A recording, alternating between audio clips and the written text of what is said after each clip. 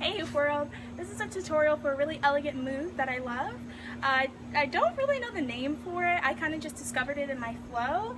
So I'm just going to call it the isolation turn because you can do a lot of turns and different variations with it. And it looks like this. One more time. And I'll also teach this one that kind of goes along with it. So I guess this will be the isolation turn combo. So the basic prerequisite for this move is knowing how to do an isolation. Now with the regular isolation, when you get to that point where you can't move your hand anymore, you usually flip. With this isolation, it's a little bit different. So when you start at about 6 o'clock and you get to that point where you can't move anymore, instead of flipping your hand, what you're going to do is actually a rotation to the outside of the hoop. Now it's going to feel a little weird because when you do the rotation, your hoop is going to be in your armpit and then your hand is going to be on the outside. And I usually put my thumb against it like that so I have a little bit more control to guide it. So when you isolate here, you're going to slowly rotate your hand, and I slowly rotate your hand on the outside. Now I'm rotating it towards myself, so isolate, rotate to the outside, thumb. One more time. Isolate, rotate to the outside, thumb. So when you get that rotation down, you're gonna isolate, rotate, and you're gonna kind of bring the hoop into your armpit. So you're moving it, you're isolating it, rotating, and as you're rotating, the hoop is going to slowly move until your armpit. And you're going to be in this very awkward position where you can't go anywhere. So that's where the turn comes into play. So in this very awkward position, you're going to continue, since you're on the outside of the hoop with your thumb facing it, you're going to continue that isolation down. And you can't really see, you're going to continue the isolation down till your armpit and your hand is kind of parallel. And then you won't really have anywhere else you can go, but you're going to feel a lot of tension in your armpit. So starting from the top, you're going to start at 6 o'clock, rotate, armpit, isolate down. Now when you get to this tension spot, but you can't really move anywhere else. So what you're going to do is this is where the turn comes into play. So you're going to turn, you're going to follow through in the direction that you're going, and you're going to turn. You're going to turn so your hoop gets about right here. And it's parallel again, just like when we're down here, it's parallel when we're up here. So the turn is kind of like a whole circle, if that makes it a little bit easier to understand. So when you're here, let me do it this way so you can see. You're going to turn and isolate to about 12 o'clock, that's what that is. And then you can just isolate, continue that isolation and isolate out. Or you can, right here what I used to do, or I still do, is isopop. That's the easiest thing to do. So let's start that from the top because it's a little confusing.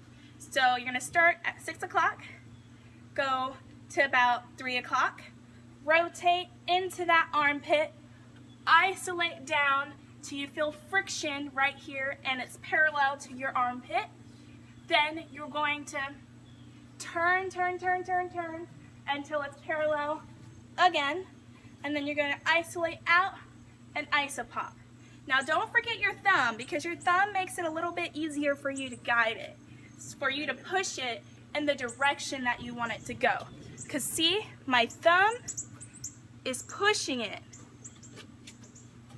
And you're going to have a firm grip the whole time you do this move.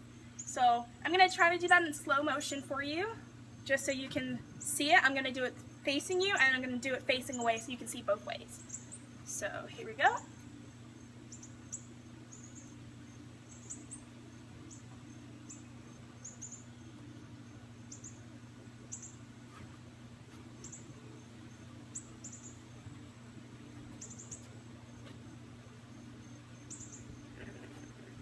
Awesome. Now for some variations for this move, because this is really one of my favorite moves because it can go into a lot of things. So you can, like I said, the first one, you can do the turn into an isopop. You can also do the turn, kind of isopop out, switch your grip to the inside, and you're right, if you know how to do this, you're right in the spot to do an infinity toss. So that looks like. You can also, let's see, you can also, instead of going into an isopop, you can continue the turn and kind of have like a sustained spin kind of thing. So it looks like this. What I did there is this, and when I got to the end, what did I do? Hold on. When I got to the end, instead of isopopping out, I'm still holding that kind of friction point and just turning one extra time and then bringing it out and kind of doing an extension and coming back into the isolation point. Now, the other move that I was talking about in the beginning is very similar to this one, but it's a little different because it's up here, but it's kind of the same concept. So what you're going to do, your thumb is going to be facing to the left. I'm using my right hand, and what you're going to do is you're going to kind of swing the hoop up until your shoulder, between your neck and your shoulder. And what you're going to do, kind of like how we did the isolating around the hoop there, what you're going to do is when you get to this spot in your shoulder, you're going to isolate the hoop while it's on that part of your shoulder. So as you're isolating, you want to feel contact in your shoulder the entire time. So that looks like this. You're going to swing it up to your shoulder. Notice how my shoulder and my hand is parallel when it gains contact to my shoulder. And then you're going to follow through with that isolation, and then you're in the spot to do an isopop. When you're done with it, it's going to be kind of touching your shoulder in the back, and you can isopop out. Now just be aware, I'm using a 27 hoop, so these moves are kind of easier if you're using a smaller hoop. But if you don't have a smaller hoop, that's okay. Just know it's going to be a little harder. But with that move, it's kind of a combo with the isolation turn. I guess I'm just going to call this the shoulder isolation. The shoulder isolation turn combo. Okay, so when you put those together, it looks like this.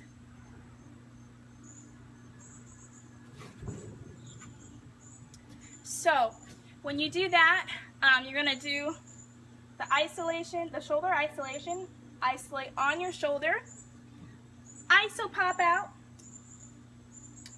Well, I guess you don't really need to do an isopop there, but to give you a second to regrip yourself, you can do an isopop there to make it a little easier. But you're going to do the shoulder isolation, isopop, and then what you're going to do is you're going to go out like this, and then kind of regrip to get to that shoulder spot. So isopop, regrip, and then you're in that shoulder tension spot, and then you're free to do the isolation turn. So let's do that one more time. Shoulder isolation, isopop, regrip. You do have to do an isopop now that I'm thinking about it. Shoulder isolation, isopop, regrip, bring it into that shoulder pocket, turn, and then you can even do the extra turn if you want. Oh, another thing that you can do with the original isolation turn, I'm getting all messed up here.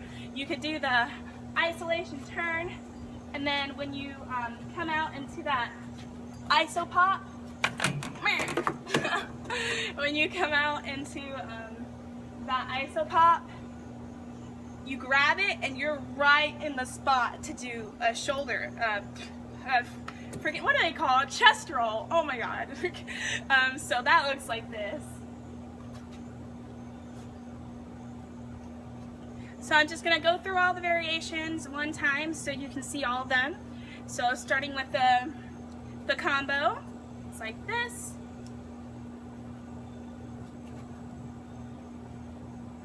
Then the isolation turn with the infinity toss.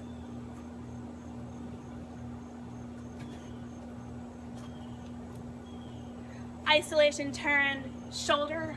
Why do I keep saying shoulder? Isolation turn with chest roll. You get the idea. And trying to think of any other things you could do with that. You can just go into regular isopops. There's really a lot of things you can do with that. It's a very elegant move. And one thing I try to do, if you don't notice my my arm, I try to keep my arms like this to kind of give it that elegant feel when you do it. Because, I mean, it still looks pretty if you do it with like your arm down, but kind of try to be aware of your arm, because when you add your arm, it can make a world of a difference. So I'm going to show you without my arm and with my arm so you can just see the difference. Without my arm, with my arm. And all I'm really doing is just keeping my arms like this.